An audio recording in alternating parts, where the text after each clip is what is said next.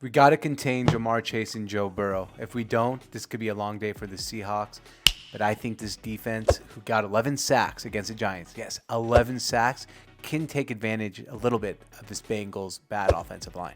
The Bengals are finally getting, back on their hot streak. They're usually bad in September, so it's going to be interesting to see if it goes good or bad, but I'm just hoping it ends up being a win. I'm loving all the trash talk before the game. I know some people hate it because they say don't poke the bear, all these different things, but DK Metcalf's talking about Jamar Chase and how Witherspoon's going to shut him down, and now Jamar Chase is talking about all the corners and giving all the stats and calling them just all right or just average or not horrible. Sorry, he said they're not horrible. All these things are hilarious, and it's going to make for a great matchup this week. Absolutely. But that's what corners and wide receivers do. They're out on an island doing their own things. So that's what they got to do. They got to talk, make some things. But, shout out to Spoon and Woolen. They haven't said shit. Yeah, not yet. Not yet, at least. They'll let their game do the talking. I can't. You're listening to the Sports on Tap Seattle podcast. I'm Sammy, and with me, as always, is my older brother, George. Your favorite place to be a fan of Seattle sports. Now let's get this party started. Tito, are you ready? Are you ready? You ready? I think this thing is rolling, George. The Seattle Seahawks. We're back. It's been a while since the season started. We never took like 6-7 days off. It feels weird. Yeah, well, we were hoping not to have to take any days off because if the Mariners were in the playoffs, we probably wouldn't. But unfortunately, that's how the cookie crumbled this time. So, hey, man, did I say the word Mariners? I said Seahawks. I know, but I'm not here to talk depressing stuff. I'm here to talk about the 3-1 Seahawks. Yes, the Mariners didn't make the playoffs, unfortunately. But the reason we took those sad 6-7 days off is technically because of the bye week. I'm just in Seahawks terms. Yep. Maybe there's some people on the podcast that might listen just to our Seahawks podcast. True, and not no, the absolutely. Mariners. There's probably a lot of people like that. Yeah, there's not all fans. Not all fans are created equal. Well, they are created equal, actually. All Seattle fans are created Sort equal. of. No, not because you got to think about it. There are people that are like grew up in some random place and just a Seahawks fan or just a Mariners fan. I was trying to be politically correct there. Like all fans are created equal. Like, they say all humans aren't created equal, but like you want equal humanity. So all Seattle fans are the same humanity, whether you're a Seahawks fan or Mariners fan. Correct. They're all equal, but they're not all created equal. Okay, that's fair. I said created.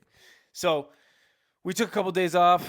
Now we're here, and we're going to talk some Seattle Seahawks football. The Bengals. It's going to be quite interesting. I mean, we already did a post game, after the Giants, and that game was wild because you got to see, despite the Giants, I think being ranked second to last offensive line in all of football, you did see the Seahawks be one of 4 teams since the 80s to have 11 sacks and to have 4 players have 2 or more sacks. So the defense came alive, and there's been other teams that are good, like the 49ers, other good defenses, and the Eagles, I believe, that did not get 11 sacks on the team like the Giants. So despite it being the Giants, and I know that means you kind of have to pump the expectations a little bit, it is a phenomenal sign for our defense. And I'm excited to see if that, sometimes a game like that helps your defense move forward and just kind of start popping. Yeah, sometimes, it's almost like in any other sport, right? Baseball, you hit a couple home runs, you get some confidence. Basketball, you put up a ton of points, you get some confidence. Despite it being just the Giants, I do believe the defensive line and the just amount of sacks we got and being able to put pressure on the quarterback might give this defense confidence going forward. Like you said, you have to take signs where you can get signs. This defense wasn't able to get to the quarterback very often. Now, the numbers are probably a little bit skewed. We're probably one of the league leaders in sacks now, but that's because it's skewed after the Giants game. But in general, it's the Panthers game. And the Panthers game as well. But overall, actually, another team that gives up a lot of sacks and the offensive line's been struggling comes this week in Cincinnati. So, this defense might, you might look at the numbers through it's going to be 5 games, right? We're 3-1 through 5 games, and we might have pretty nice sack numbers. Yeah, well, and let's just let's be real for a second. I want to mention 2 things you said. One, the Bengals situation. Bengals, since Joe Burrow's been there, it's been quite the offensive line scramble trying to figure it out. Very, Russell Wilson with the Seahawks-esque for the first 5 years, 6 years, where it was like, okay, the guy's getting out a lot of pressure. Russell's first 2 years or 3 years was fine, but I'm saying like this last era before he left, it was a lot of that. This quarterback's always running for his life. But the Bengals, I heard this on the KJ Wright podcast, and it was actually G. Scott, who we're planning on doing a podcast with, so shout out him. He mentioned that I think the Bengals and Joe Burrow's time are 6-7 in the month of September. Yep. And then like always after September, I mean, we're talking about a team that's been to back-to-back, was it back-to-back AFC championships and the Super Bowl? Yeah, exactly. Yeah. And that's a team that's been 6-7 in September with Joe Burrow. And you saw last week, they started to, I know it's the Cardinals, but Joe Burrow started, that confidence looked back. It's, Jamar Chase had 2 or 3 touchdowns. The thing with this Bengals team is you don't want to catch them when they're starting their hot streaks, which they do every year. Which is kind of like what my concern is for this game. Like, I mean, let's call a spade when I see it, right? Like, I am worried about this game. I don't think this is a game where the Seahawks. I'll be pleasantly surprised if we come out with a win. Like, I can't, when you go out and you predict the games, right? So far, I have predicted a win in every single Seahawks game this year. And they lost the Rams game. I actually thought they'd be 4-0 heading into this Bengals game. Instead, they're 3-1 heading into this Bengals game. And this is one of those games where I would probably, like you said, that they have gotten better after September. This is one of those games where I look at the schedule and before the season and today I chalk it down for a loss. Like, I don't know. It's weird to me, right? I see the Bengals and I see their records 2-3, and I know they're a really good team. And I'm like, there's no way the Bengals start 2-4, right? That's that's in my head. I'm not saying that's the correct way to which they shouldn't. Yeah, I mean, there should be a good enough team where they should not start 2-4. And I mean, for them, this is the type of moment where it's more important, right? Like you said, they can't start off 2-4 if they really want a chance. I mean, they can because I feel like they've done it before, but with Joe Burrow. But it makes things way harder to get yourself in a position where you are competing for a playoff spot. Right. I will say, for me, the only difference, I think most of the time I would agree with you on that statement. I think we both picked the Seahawks to win every week. I will give myself some credit. I was definitely way more pessimistic week 1. Yeah, I wasn't. Because I remember you thought blowout. I blowout. said, let's not underestimate one thing, and that was Matt Stafford coming out and being really good, and he actually did it. I think that was an underestimated situation. We all underestimated Puka, though. No one thought that was going to happen. I did not think that was going to happen. I thought, going into the season, I thought it'd be a Cooper Kupp thing. He's back now, but at the time I said, be careful about Matt Stafford. Once again, my biggest concern, like I had week 1, was a quarterback situation. I wasn't as concerned with that, obviously, with the Giants or the Panthers. Lions, yes, but Jared Goff that offense is great, but Jared Goff's not Matt Stafford, they replaced him with Matt Stafford, and he's not Joe Burrow, obviously. So my biggest concern right now is Joe Burrow, obviously, and I think that offense can go crazy sometimes, especially once they get out of their ruts, which they seem like they're out of their rut, and they're getting going.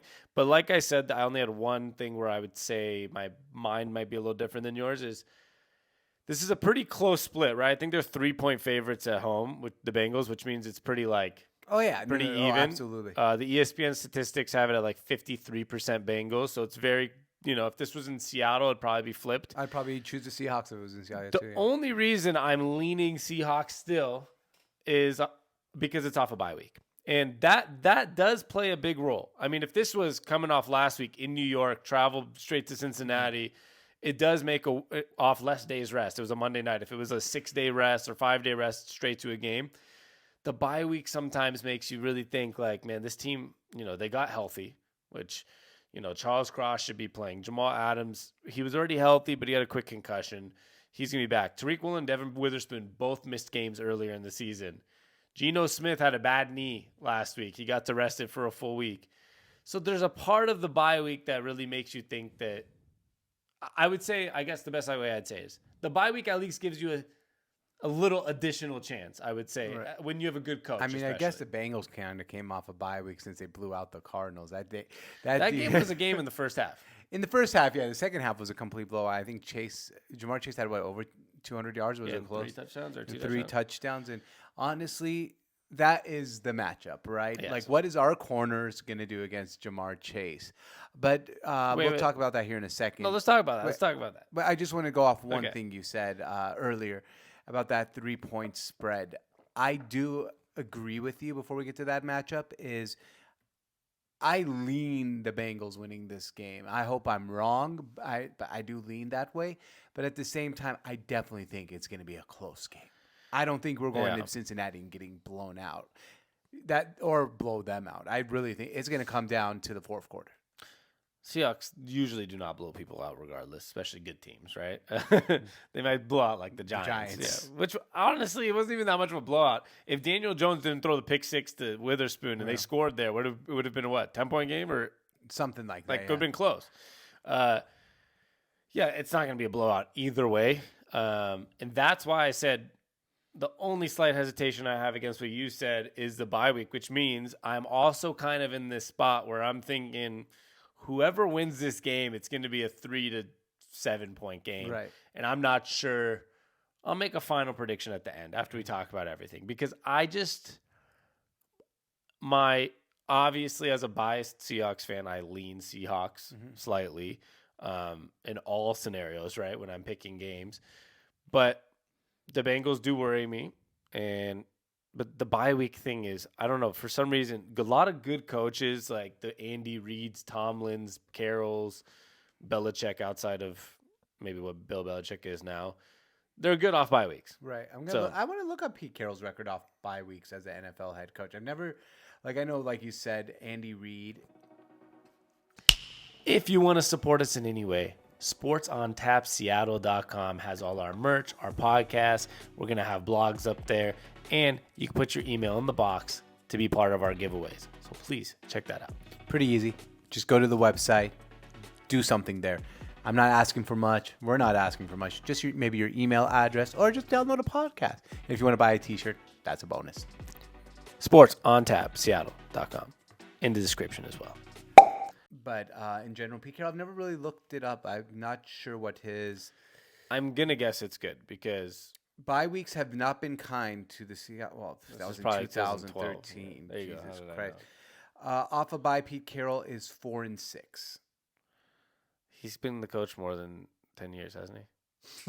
Yeah, that was... Well, they started off 4-6. I don't know. Okay, look at the last couple of years. Here, if you go to StatMuse... No, they were 6-3 through 2019.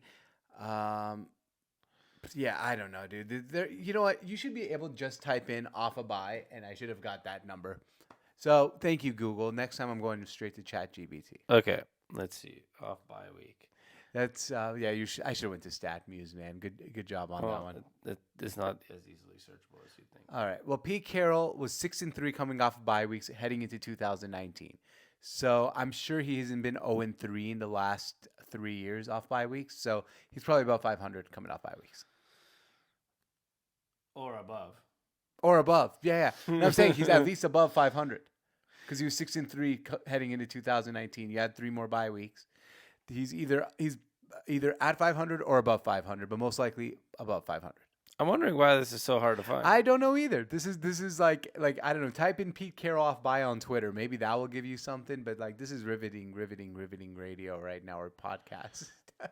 It's funny though. It should definitely not radio. Yeah, it should definitely be easier to find. Whatever. This. My point was, at the end of the day, point. Honestly, whether you told me he was 3-6, unless you told me some ridiculously bad number, I'm still going to say good coaches in general.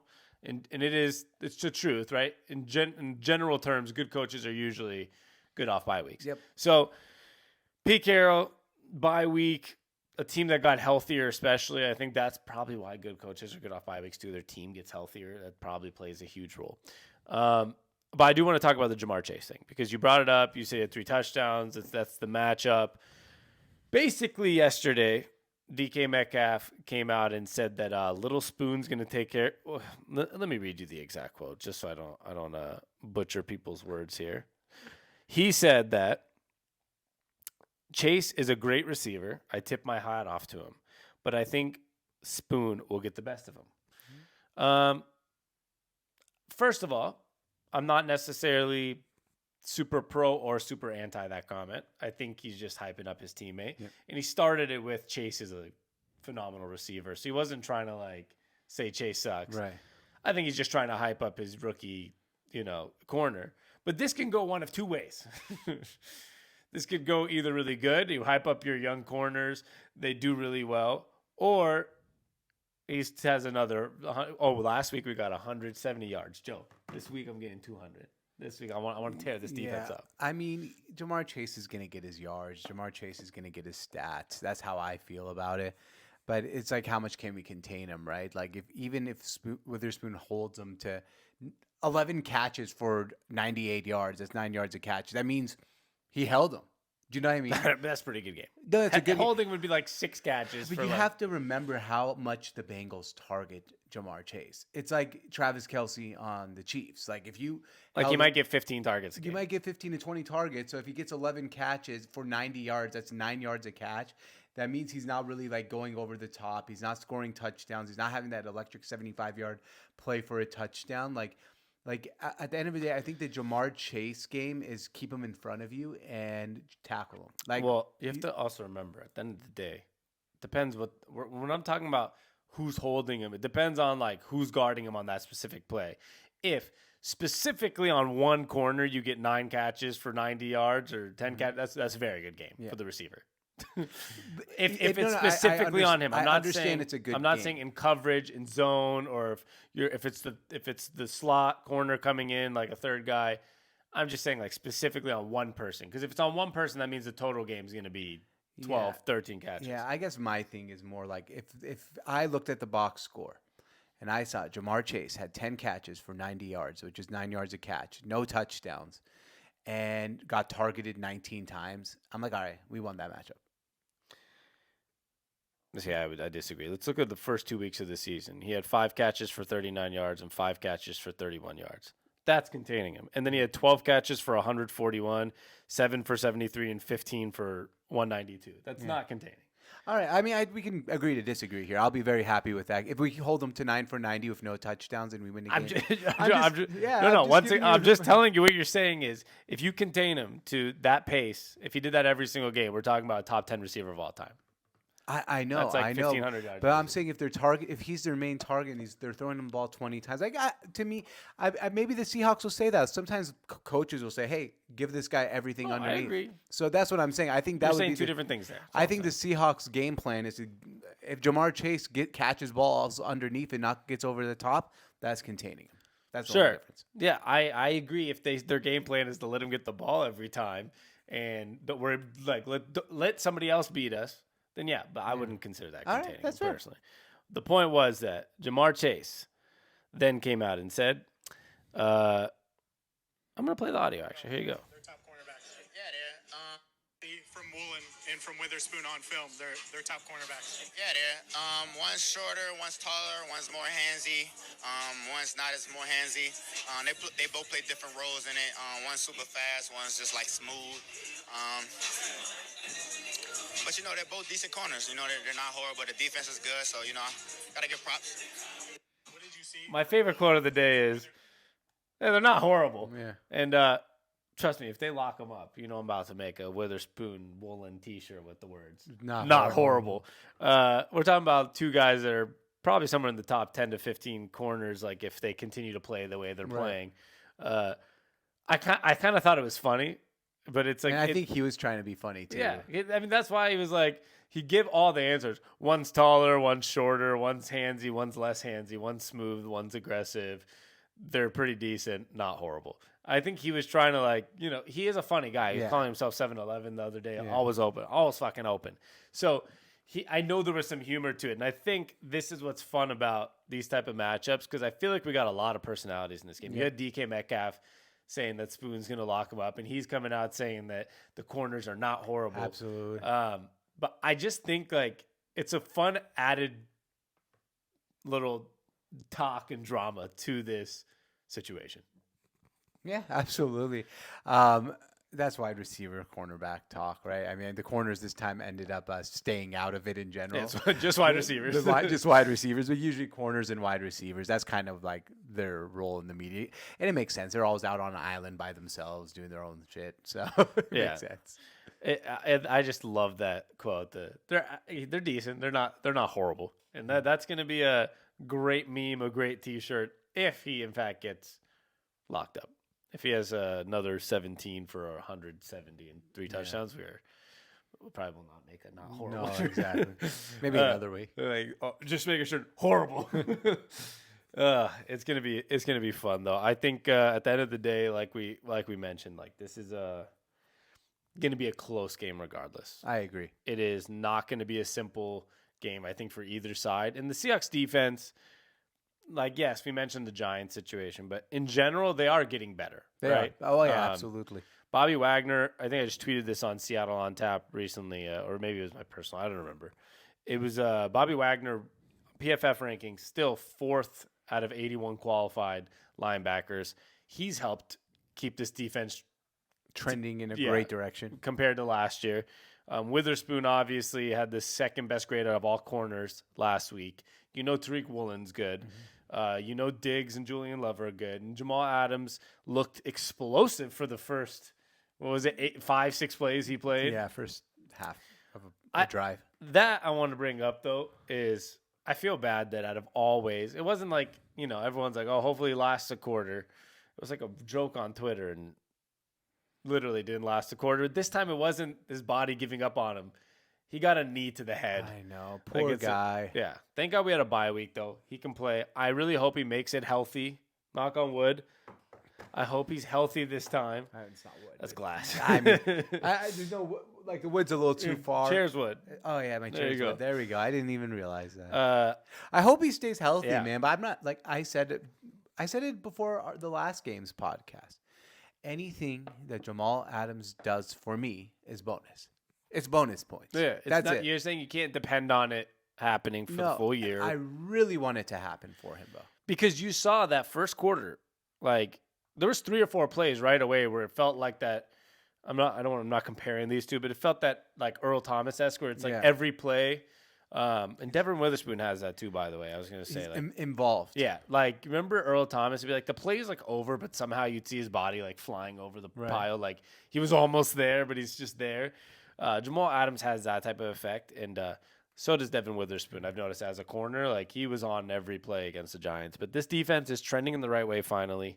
I'm just excited to see how it starts to shape up, and I think a bit in win or loss. Let's not just say it. I know some people take losses as devastation, right? Like you can't at this point of a season. Win or loss, because like we lost week 1, everyone thought, oh my God, look, this team sucks. No, they don't. Win or loss, though, this game is going to tell us. I think this is important. It's going to tell us a lot about where the season's trending, right? Right. Because we had those 3 wins, and 2 of them were Panthers and Giants. 1 was against the Lions on the road, which was a great statement for this team. Like that kind of told you a lot. But this is another tell you a lot game. In Cincinnati, Bengals are, starting to trend back in the right direction. What do you do this game? How's the defense play? How's the offense look? We'll tell you. Now, if you lose by a game-winning field goal, it's not going to be devastating. Right. But it'll tell you how this team is going to be trending forward. So I'm excited to see because it's a big game. Yeah, it's a pretty big game. I think this is one of the best games maybe in the NFL this Sunday.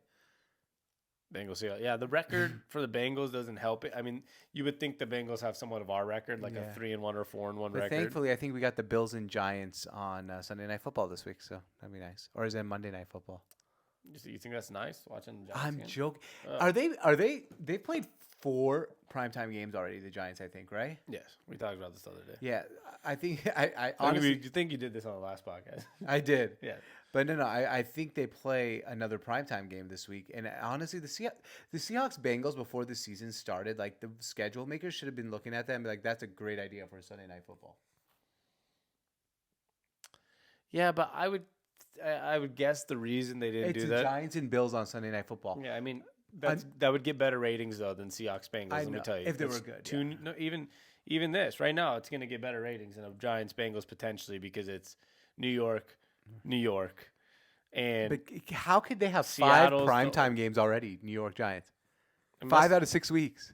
because it's New York. This is my point. That's Like, crazy, though. That's like a lot the of Bills time. Giants is actually a game that might get more viewership than a Bengals Seahawks even on a Sunday night, just because Cincinnati. I mean, Cincinnati is a pretty niche fan group, and so is Seattle. Seattle Northwest is a very niche fan group. Now, it'd still get phenomenal ratings because it's the NFL, but the New York thing, they have to. Literally, it's New York, New York. They have to. You don't find it weird at all that the Giants have had 5 primetime games? No, because they're basing it off last year that they were a playoff team. I mean, I would say if Aaron Rodgers got 5 out of a first 6 weeks primetime game as the Jets, like that wouldn't be weird. But it's the Giants, like I don't know. I think it's weird. Any team in the NFL, I've never seen the Cowboys get 5 out of 6 weeks, and that's the Cowboys. I'm pretty sure they do. 5 out of a first 6 weeks primetime. I really haven't seen that. I'm just surprised. It might be 4, but yeah. Maybe it's 4, but if it's 5 out of 6, that's pretty crazy. I'm pretty sure it's 4. Okay, I'm gonna have to check that live on the pod, dude. Because like, if it's 4, okay, that I could see. I've seen This that is riveting. before. I've seen that before, but 5. This is 2. Just letting everyone know on this. This is 2 podcasts in a row on the Seattle On Tap page that you're going to see George spend 5 minutes reading how many games the Giants, yes, the New York Football Giants, the ones that none of us care about, how many primetime games in a row they've played. This is gonna be the 4th out of 6 games. Okay, there you it makes it a little bit better, and then we're not gonna have to see them on prime time. Looks like the rest of until like week 15. So this is the last one, guys. We appreciate it, George. It's unwatchable. We spent 5 minutes, George, Googling, what was it? Pete Carroll's buy record. He said, this is riveting radio. That should have been easy to find. And then we got the Giants primetime. George, Right? That should have been easy to find. that one should have been a 4-second Google. Yeah. But somehow it's not. There's going to be somebody listening that's like typing in on Google right now. It's like, I found it. In like half a second. Like, it's, it's a little, you get flustered sometimes Googling things too when you're like trying to catch up with the conversation. This is why, like on radio shows, they do this, and there's like a producer in the back who Googles it, because it's really hard to be like, all right, I'm gonna keep talking and have a good conversation while Googling this, and then you just start using filler words. It's hard. That's fair. Well, maybe we'll use If anyone wants, I'm just gonna throw this out there on the podcast. 0 pay, nothing. You get For nothing free. out of it for free. You just DM us. You can be our producer. You'll be on like our app. You tell if we need a stat, you look it up for us, and we'll you shout send a message so we can see it. and we'll shout you out. We'll put this is produced. No, you can talk by- on it sometimes. Yeah, too. we'll bring you in sometimes too, but there's no pay For now. for now. Yeah, If you end up being phenomenal and we grow big together, you could become like a paid producer one day. You never know. you never know. But like just for now, no pay. College kids, where you at? We'll give you actually. We'll get buy you some coffee or something. Yeah, and you get some shirts, some Yeah. swag. So it's kind of not paid, but we need a producer. Or it's gonna end up being like my fiance. I'm getting married in a year, so then we'll be in the same Again, home. know Be like, so, hey, so much random stats. I'll be like, hey, Pete Carroll bye weeks. Can't find it on Google. Yeah, you're fired. Yeah, it's some weird stats. They're hard to find. Anyways, my final prediction. I decided. I'm still going with the Seahawks. Fuck it. I actually think the Seahawks 31, Bengals 27. I would love that to be the final score of a game. That's what I'm rooting for. But I have 27 Bengals, 24 Seahawks. Low scoring? No, not that low scoring. 51 total points. I don't know for those two teams against each other. I thought it was Yeah, gonna be like- 27-24 Bengals. But I want Sammy's prediction to be right. I think I'm going to be right. Bye week is the kicker. I hope you're right. Let's go Seahawks. This is gonna be like one of the last. Well, I'm barely gonna pick against the Seahawks this year. I had to find some games where I do. I don't know if that's true. We have a 4-game stretch coming up later in the year where it's San Francisco, Win. Philadelphia, San Francisco. I'll probably pick 2 of those as losses. One of the road game. Is it Philadelphia on the road too? I'm trying to remember. Philly's at home, I believe. Dallas is on the road. Okay, I might pick us to go 3-1 in those games then. It's Thursday. It's a Thursday against one of them is a Thursday against 49ers, a Thursday against Dallas. Actually, I'm not sure if This is when the producer comes into the play. Right here, the Philly's producer. at home. I was Philly's right. at home. Okay, so that might change my mind. So it's Sunday against the 49ers. No, I'm sorry. Thanksgiving against the 49ers at home. We're winning that game. And then it's Cowboys on the road the next Thursday. Okay. And then 49ers on the road. We'll lose that one. Okay. And then Eagles at And then home. Eagles at home.